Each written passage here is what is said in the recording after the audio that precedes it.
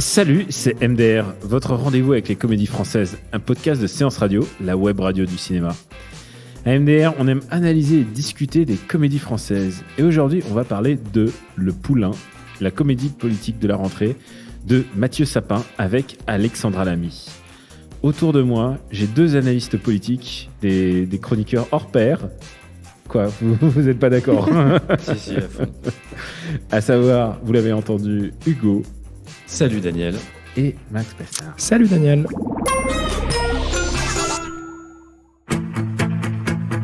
Arnaud, la France, ça t'intéresse? La France? C'est sérieux la politique. Je le prends pas pour toi, mais c'est juste comme tu sais rien faire. Bah je parle 4 langues quand même. Oui, mais Catherine, elle fait sa campagne en France. Et en français du coup. Mais je parle français aussi. Tiens, aide-moi. Je veux pas de palmiers sur les photos de Pascal. Donc quoi, faut les couper? Non, on va plutôt baisser les stores. Vous êtes le nouveau stagiaire? Non, je suis son nouvel assistant. Agnès! Mais qu'est-ce que tu fous terre? La nana, elle a eu un Mais me problème. raconte pas ta vie, je m'en fous! Espèce de cocole! J'aime pas trop quand on m'appelle Gogol. Dans ma bouche, c'est affectueux. C'est affectueux. Cette voix, c'est celle de Agnès Karadzic, jouée par Alexandra Lamy, qui est DIRCOM électorale de plusieurs hommes et femmes politiques. Et elle se trouve un stagiaire, un novice en politique qui s'appelle Arnaud Jaurès. Rien à voir, aucun lien. Et donc, par un concours de circonstances, il rentre dans le cabinet de l'équipe de campagne d'une candidate.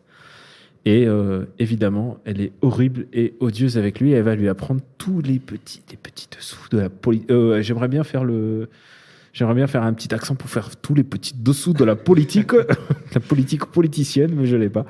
Et du coup, voilà, c'est l'histoire de ce Bleu-Bit. Alors, Hugo, qu'est-ce que tu en as pensé? J'ai un avis mitigé, mais plutôt positif quand même. C'est-à-dire que c'est un film qui a beaucoup de défauts, comme toutes les premières comédies en général, et surtout celui de vouloir un peu caricaturer un monde de la politique sans vraiment forcer le trait. Et on voit que c'est quelqu'un qui s'est beaucoup documenté, qui a fait des BD, plusieurs BD sur la politique. Et donc du coup, il a voulu restituer tel quel le monde de la politique. Et en fait, pour faire une très très bonne comédie, il aurait fallu vraiment forcer le trait.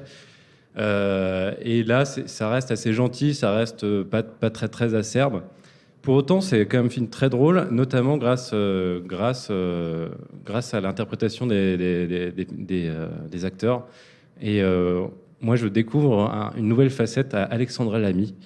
Qu'est-ce qui se passe avec ça, Alexandra Lamy? Qui joue une vraie méchante, quoi. Ce qu'on n'avait jamais vu chez Alexandra Lamy, qui faisait toujours un peu des comédies romantiques, où elle était sympa, quoi. Et là, elle n'est pas sympa du tout. Enfin, elle est méchante, elle est castratrice, elle est une chef de cabinet aux dents longues, horrible, quoi. Et elle m'a impressionné, quoi. Max, toi aussi, tu as été impressionné par Alexandra Lamy. J'ai vu des étoiles dans tes yeux en fait, quand elle est apparue à l'écran. Cette espèce de... J'ai envie de te dire, on vit une drôle d'année quand même, 2018. Deux bons films, deux très bons films même, avec Alexandra Lamy. Mais désolé, je te contredis d'entrée, Hugo, parce que moi j'ai beaucoup aimé ce film. Évidemment, je fais référence aussi au premier film de Franck Dubosc, qui est une première comédie et qui est excellent aussi. Donc je te contredis une deuxième fois, Hugo. Non, mais c'est vrai, je suis d'accord. Et ouais, c'est incroyable. Deux bons films avec Alexandra Lamy. Elle est vraiment super. En fait, on est en train de s'apercevoir petit à petit qu'elle est capable de faire effectivement autre chose que de la comédie à l'eau de rose un petit peu miteuse. Et c'est vraiment c'est le bad guy de cette comédie. Non seulement elle est méchante, mais en plus elle est drôle, elle est pertinente. Vraiment, elle m'a bluffé du début à la fin. Et effectivement, il y a un casting qui est génial. Mention spéciale, j'imagine que tu vas vouloir en parler, mais à Philippe Catherine, dont on ne connaît pas vraiment le rôle au sein de toute cette équipe présidentiable. On va couper court à Philippe Catherine. Pendant 2 secondes, je me suis demandé s'il était vraiment dans le film, en fait. Si c'était pas genre un fantôme que seul le héros voit, parce qu'en fait, il n'a aucune autre interaction avec à part le héros. Ah oui, c'est une bonne théorie. Non, mais c'est vrai que je me suis posé la même question. C'est son maître Yoda, en fait. S'il y a un côté 6e sens, en fait, peut-être que... il arrive, il lui donne des trucs, surnaturels, des suggestions, et en fait, on ne sait pas vraiment. Ça se trouve, il n'existe pas. Il est très, très inquiétant, en plus, qu'il n'arrête pas de le toucher, les cheveux, les boules. Et alors, oui, tu te demandes, est-ce qu'il veut le pécho? Bah, c'est ça, ouais. C'est un Dès la personnage très première. ambigu. Ouais. Et justement, c'est le genre de personnage que j'aurais voulu plus voir dans ce film, c'est-à-dire des personnages qui sortent un peu de nulle part, vraiment burlesques, quoi. Et enfin, peut-être que, ouais, il s'est dit, c'est mon comic relief, c'est Philippe Catherine. Bah. Il fait faire n'importe quoi tout le long du film. Et... Honnêtement, il y a une scène qui m'a scotché alors que c'est rien du tout. C'est un moment, il est dans le bus et tout à coup derrière lui, il y a Philippe Catherine. C'est le truc que tu t'attends pas à voir et tout à coup il lui sourit, il est genre alors qu'est-ce qui se passe? Et il a toujours, il est vraiment Philippe Catherine Il est depuis fort. quelques années là dans la comédie française. Il imprime son nom et puis on va le voir bientôt dans Le Grand Bain, quoi, où il est extraordinaire. Mais le truc, c'est que quand tu choisis Philippe Catherine pour jouer dans un film, c'est que, enfin, t'as mûrement réfléchi ton choix parce que il a vraiment une présence très, très particulière et donc dans ce film-là, ça dérange pas. Dans ce film-là, c'est vrai que c'est lui finalement qui ponctue quasiment toute l'histoire parce que mine de rien, c'est lui qui met le pied à l'étrier à Arnaud, donc le personnage principal, le héros qu'on va suivre, et c'est aussi lui qui va le faire tomber, le faire tomber. Non, on va peut-être pas en parler parce que c'est le twist, c'est un des twists du film. Mais Enfin, après, bref. est-ce qu'il y a, Disons qu'il a un est-ce qu'il y a rôle vraiment des vraiment twists primordial. dans ce... Bah, bien sûr qu'il y a des Il y a twists. des rebondissements. Il y a des... Ouais. Ouais. D'accord, c'est la version française de twist. Donc il y a des twists et des rebondissements. Mais voilà, Philippe Catherine, il vient vraiment ponctuer comme ça le film. Pour moi, c'est lui qui donne l'impulsion à l'histoire, qui effectivement n'est pas non plus complètement folle. Hein. L'histoire, elle est quand même assez banale. Alors, j'ai pas eu l'occasion de lire les BD de Michel Sapin qui ont été inspirés par la campagne de Mathieu, 2007. J'ai dit Michel Sapin. T'as dit Michel À Sapin. force de faire la vanne, j'ai fini par la faire en vrai. C'est vrai, quoi, en plus, il est naturellement. arrivé tout fier, il a dit. BD de Michel Sapin. Moi. Oh, Il a la dit vache, Michel ça Sapin. m'intéresse. Ok. Bah alors peut-être que j'ai lu des BD de Michel Sapin. T'as lu des BD de Cazeneuve et c'est t'as super confondu obscur, en fait, ouais. je crois. Non, mais du coup j'ai perdu un petit peu le film, mais quoi qu'il en soit, voilà, non, je disais, j'ai lu que le début de campagne présidentielle, j'ai pas eu l'occasion de la lire entièrement, et je m'aperçois qu'a priori, en tout cas, de la douzaine de pages que j'ai pu lire, c'est exactement le même principe que son film, c'est-à-dire c'est un personnage qui est quand même finalement pas très intéressant, qui est assez détaché de tout ce brouhaha qui se passe autour de lui pendant la campagne. Et c'est plein de petits personnages super forts qui apparaissent. Je pense notamment à la maman du second candidat en fait, il y a plusieurs candidats qui se rejoignent, qui se recoupent les uns les autres pendant le film. Et notamment donc l'un des candidats dont la maman est omniprésente et elle a un rôle complètement fou. Et elle aussi, elle a un rapport assez ambigu avec le personnage principal. Qui curieusement, je trouve qu'il a. Alors, je veux pas être méchant avec l'acteur Finnegan. Finnegan Oldfield. Oldfield, voilà. Je trouve qu'il a pas un charisme de fou furieux. Je trouve pas que ce soit un grand interprète. En tout cas, là, on lui a peut-être pas laissé suffisamment de place pour ça. Son personnage est bien écrit, malgré peut-être l'interprétation qui est pas forcément exceptionnelle. C'est pas Mais je trouve foufou. que son personnage, c'est pas un naïf qui arrive en politique, c'est un mec qui s'en fout un petit peu. Il est là parce qu'il est là et il a d'autres priorités. En fait, il se fait prendre dans l'engrenage petit à petit. Et on sent quand même que c'est un personnage assez complexe. Et moi, il m'a pas dérangé, Finnegan Oldfield. On va revenir un peu sur son personnage juste après un autre extrait. C'est toi qui as écrit ça? Oh, j'ai fermé la porte. Ouais, ça va, j'en ai vu d'autres des zigounettes. Hein. C'est ça qu'il nous faut pour demain. Tu mérites une récompense. Tu m'attends dans la chambre, je reviens. La politique, c'est un milieu bourré de phéromones. On avait dit du papier écolo, non? Et tout blanc et tout lisse. Justement, on a réussi à éliminer le côté gris dégueu du papier biodégradable classique. Pour les gens, biodégradable, c'est forcément gris et dégueu. Là, on perd tout l'impact. Bah, je vais pas le teindre en gris quand même, non? Pourquoi pas? J'en sais rien, moi, Salim. Gère-moi ça. Et la France, elle attend que ça. D'y aller, de la prendre comme ça, de lui mettre son tarif, tu vois, comme un homme. Donc, vous avez un rapport quand même très libidinal à votre pays. Catherine, on avait parlé d'une petite déambulation dans la ville pour aller à la rencontre des gens. Les gens. Les électeurs? Ah oui.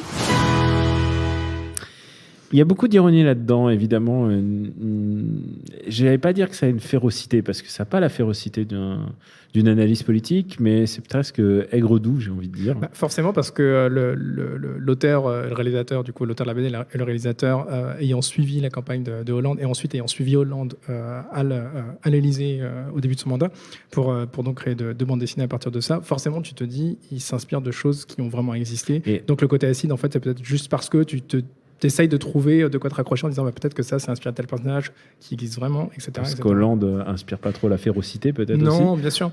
Il y a un truc on parlait justement du rôle de Arnaud Jaurès, donc ce bleu bit de 25 ans, c'est que à chaque fois qu'on parle du monde politique, et c'est quasiment systématique en fait, dès qu'il y a une comédie là-dessus, ou même un biopic, on passe par les yeux d'un novice en politique. Il y a forcément, je pense à Quai d'Orsay, mais il y a aussi le promeneur du Champ de Mars, dans un truc un peu plus dramatique. Les marches du pouvoir, c'est avec Gosling. Oui, c'est toujours avec un jeune qui découvre ça, comme si on ne pouvait pas arriver vieux déjà dans le game politique, alors que c'est plutôt ça en fait, c'est plutôt une alliance de vieillards, quoi. Ouais, je pense que c'est un procédé classique de dramaturgie. Tu découvres le monde en tant que spectateur, en même temps que ce mec qui est un peu le double du spectateur. Et en général, ce genre de personnage-là est pas très très intéressant, et c'est plus le second rôle qui emporte le morceau. Et là, effectivement, c'est Alexandra Lamy qui est le personnage principal du film, finalement. Après, il y a des personnages secondaires qui sont assez cool, genre Gilles Cohen, qui joue justement le deuxième candidat, la mère de Gilles Cohen. Et c'est vrai que, je rebondis ce que tu disais tout à l'heure, tout le monde a envie de baiser ce mec. Je sais pas pourquoi, c'est peut-être un fantasme de Mathieu Sapin. Alors peut-être que ça lui est réellement arrivé. Ou peut-être que c'est parce que c'est le syndrome du novice et du boy-toy qui débarque en politique. C'est très étrange. Et toute la vigueur de la jeunesse. Je regarde Max, je sais pas pourquoi, j'aurais pu te regarder toi aussi. Il y a un truc qui m'a frappé aussi dans ce film, c'est pas tant la réalisation qui est très correcte, et à un moment, et même il filme en plein Élysée, ce qui est même... Moi, je me suis dit, waouh, putain, ils ont... Quand même, il doit avoir ses contacts. Il doit avoir des contacts, il a les bons mails à qui envoyer, à mon avis, il a les bons bails. Il y a un autre truc qui m'a frappé, c'est la gestion des réseaux sociaux qui est fait sous le prisme de la BD, et j'ai trouvé ça vraiment très habile. C'est-à-dire que tout Twitter est réécrit avec la propre typo de l'auteur. YouTube, même tout ce qui n'a pas besoin d'être réécrit est réadapté, et je trouvais ça très ce qui est étrange, c'est que et la télé c'est pareil, les chaînes télé, elles sont parfois reprises en typo et parfois non, et je me demande s'il n'y a pas genre du placement produit de CNews. Il y a du placement produit de CNews, ils sont remerciés à la fin. C'est un peu gênant. Mais c'est vrai que l'idée d'avoir un Skype avec une typo à la Mathieu Sapin, c'est marrant. Ou et Facebook. Du coup, ça ajoute vraiment une dimension très, très BD, très parodique en fait. Tu vois, tu n'avais pas besoin de faire un truc ultra réaliste. Le seul truc, c'est que ça enlève un peu toujours ce qu'on disait à la férocité de la parodie en fait. Ouais, en fait, ça ressemble beaucoup à sa BD. En fait, c'est une adaptation à peu près fidèle de ce qu'il a fait en BD. C'est plein de petites anecdotes et une trame qui est pas forcément hyper intéressante parce que il a suivi une campagne présidentielle. À la fin, le mec a gagné. D'ailleurs, dans le film, on s'en fout un peu du résultat, mais. C'est une tranche de vie. Non, on s'en fout pas parce que justement, il y a tout un truc d'extrême droite qui arrive. Ouais, mais franchement, est-ce qu'on s'en fout pas un peu? Non, écoute, moi, le film s'est terminé. Je me suis dit, j'ai envie de voir la suite, j'ai envie de voir maintenant ce qui va se passer dans les coulisses. Ouais, c'est peut-être son deuxième film. Peut-être. Ouais. Donc, c'est plutôt un film qu'on a apprécié, mais du coup, je veux savoir combien vous mettez sur la table pour aller le voir. Max? Toi, tu sais combien j'ai mis. Je sais combien tu as mis. Je sais que tu as mis ta carte, ta CB. Ouais, j'ai mis sans ma contact. CB. Ah ouais, c'est horrible. J'ai réalisé juste au moment où j'ai payé que j'aurais dû, parce que j'ai toujours pas de carte UGC, mais j'aurais dû prendre les tickets F5 ou 6 là, ça fait moins cher. Donc du coup, j'essaie de temporiser pour pas annoncer tout de suite combien j'ai payé, mais j'ai payé 12 €. C'est extrêmement cher. Mais c'est le prix du cinéma, c'est le prix d'un loisir. Non, alors dans mon esprit, 12 €, c'est une séance 3D, mais peut-être que je me suis arrêté au prix de 2010. Alors ouais, tu t'es arrêté parce que moi j'ai vu Mission Impossible Fallout en 4DX, je peux dire que c'est 20, là, c'est 20 et quelques. C'est 23 €. Non, j'ai payé 12 €, j'étais dégoûté d'avoir payé 12 € sur l'instant, mais je me dis que j'ai soutenu la création française de qualité. Voilà. Il y a 2 personnes qui se moquent de toi dans la salle. Et Hugo, toi, combien tu mets? Oui, moi c'est à peu près pareil. J'ai envie de soutenir ce nouveau cinéaste qui est assez encourageant. Donc je paye un prix normal, donc pas 12 € du coup. Peut-être 8-9 € dans un cinéma. Prix normal de pas de Paris. Je sais pas, dimanche matin. Non, dimanche matin, c'est 6 €. €. Dimanche pour ça, je sais pas. C'est 6 €. Non, mais c'est parce qu'on a fait les bourgeois. On est allé dans un UGC tout refait à neuf, tout beau, qui sentait encore le plastique partout. tout. Et Tu l'as vu en 4DX en plus. C'est vrai, le siège qui secouait quand il y avait Alexandra Lamy qui s'énervait, c'était fou. La scène de baise avec Alexandra Lamy en 4DX. Oh là là, où on va? On s'égare. Et donc, pour moi, je mets ces 9 €. J'ai pris un bon moment, j'ai passé un bon moment et je m'y attendais pas vraiment à ce niveau-là. Et maintenant, c'est l'heure des recos. Max? Écoute, j'ai retourné le truc dans tous les sens. J'avais envie de recommander évidemment La Tour Montparnasse Infernale 2 parce que c'est Catherine. Voilà, c'est Philippe Catherine. Et le meilleur zoom sur sa visage. Dans un rôle tellement fou, mais je crois qu'on l'a déjà recommandé plein de fois ici, ce film. Non, mais après, tu sais quoi, il y a toujours des trucs qui reviennent. Hein. Rabbi Jacob a été recommandé 15 000 fois. Oui, bien sûr. Alors, j'ai pensé à un truc qui est complètement différent parce que du coup, je connais un petit peu Rocco. Donc, moi, j'ai pensé à un truc qui est totalement différent, mais je surkiffe ça en ce moment. C'est une sorte de mini-série de Jerry Seinfeld sur Netflix qui s'appelle Comedians in Cars Getting Coffee. Ouais. Je vous recommande évidemment, puisqu'on parle d'un film sur une histoire de présidentielle, je vous recommande l'épisode avec Barack Obama. Voilà, c'est tout. Et qui a l'air sympa. Qui a l'air très très sympa. Ouais, c'est super cool. Il n'a pas fait fermer Guantanamo, mais il est super sympa a priori. Et toi, Hugo, est-ce que tu as fait fermer Guantanamo? Pardon, quel est ta recours? Moi, je vais recommander une BD de Mathieu Sapin qui s'appelle Gérard, qui est une BD sur Gérard Depardieu. Il l'a suivi pendant 5 ans, partout où il allait. Enfin, peut-être pas partout, tous les jours non plus, mais il l'a suivi en Azerbaïdjan, sur des tournages, sur des biopics de Staline ou je sais pas quoi. Comment il a trouvé le budget pour le suivre? Ouais, je sais pas. Peut-être c'est aux frais de Gérard, je sais pas. En tout cas, c'est édifiant sur qui est Gérard Depardieu et c'est un sujet très intéressant. Et c'est très drôle, donc c'est peut-être sa meilleure BD. Après, j'ai pas tout lu de Mathieu Sapin, mais je trouve ça beaucoup mieux que Campagne présidentielle, par exemple, parce que il a vraiment un sujet. Et puis Gérard Depardieu, c'est une intrigue tous les jours, quoi. Donc c'est que tu m'as donné tellement envie de le lire. Et pour ma part, je vais rester dans la BD et je vais un peu recommander la substantifique moelle de la fiction du bleu-bit en politique. C'est Quai d'Orsay. Donc un grand classique désormais qui a déjà été adapté au cinéma avec Thierry Lhermitte, mais vraiment la BD est vraiment plus intéressante. Et puis surtout, il y a un truc, c'est que tu comprends complètement que le personnage caricaturé est vraiment larger than life. Tu ne peux pas le réduire au cinéma avec Thierry Lhermitte. En BD, ça rend vraiment mieux. C'est aussi un des cas où tu sens que la bande dessinée, c'est un média indépassable parfois. Merci à Jules, notre poulain à la technique. Pour nous retrouver, c'est MDR sur Apple Podcast et sur toutes les applis dédiées ainsi que sur SoundCloud. Merci de vous abonner, de laisser des commentaires et d'en parler autour de vous. La semaine prochaine, on a une autre comédie politique. Waouh, c'est la grosse stuff en ce moment. On vous embrasse très fort et on vous dit à bientôt. Ciao.